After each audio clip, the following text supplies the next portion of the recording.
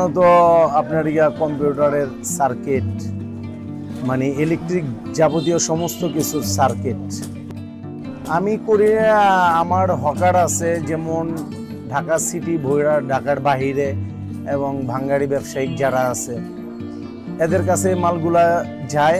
তারা যেমন সংগ্রহ করে হকারদের কাছ থেকে, মানে দোকানদারের কাছ থেকে আমরা কিনি। কিছু ঢাকার শহরের ভিতরে এমন ব্রোকার আছে, হকার আছে, তাদের কাছ থেকে সংগ্রহ করে, ওরা সংগ্রহ করে ভাঙ্গারি দোকান থেকে, অফিস আদালত থেকে করে তারপরে আমাদের কাছে বিক্রি করে।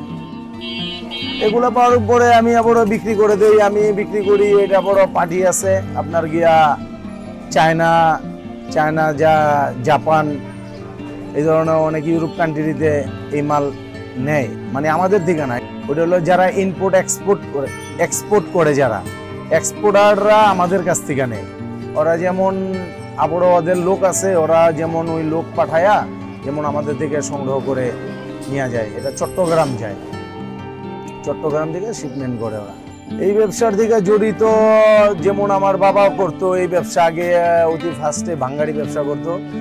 ভাঙ্গারি ব্যবসার পরে এই ব্যবসার ধরনটা হইলো আবার সার্কিট ব্যবসার ধরনটা হইলো আলাদা। এটা হইলো এককালীন মানে সার্কিট হয়ে যায়। আর ভাঙ্গারিটা বলতে হইলো সমস্ত কিছু ভাঙ্গারি আমার বাবা করতো। তখন বাবার থেকে আমি যেমন ব্যবসা যখন ভাঙ্গারি শিখছি, শেখার পরে পরবর্তীতে নেক্সট মানে এটা হইলো আমার অর্জন, মানে ব্যবসা শেখা, সার্কিট ব্যবসাটা।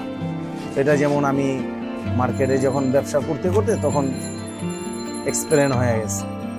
শিখা যেমন সমস্ত কিছুই তো চোখের দেখা আর হইলো ব্রেন্ডে নেওয়া, এটাই তো শিখা। এমন কিছু না মনে করেন আপনার সিগারেট যেমন আপনি শিখতে পারবেন, একজনের দেখাই দিলে ও শিখতে পারবো, মানে মালটা দেখতে হবে, দেখলে আপনি কিছুদিন দেখলে শিখতে পারবেন না। এককালীন তো আর শিখা যায় না সাথে সাথে।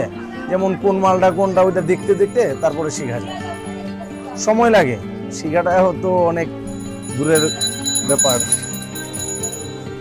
ওরা এগুলা বের করে, এগুলার দিকে প্রত্যেকটা আইসির দিকে স্বর্ণ থাকে, স্বর্ণ বের করে। এটি বাংলাদেশে কেউ পারে না, এটা বিদেশিরাই পারে।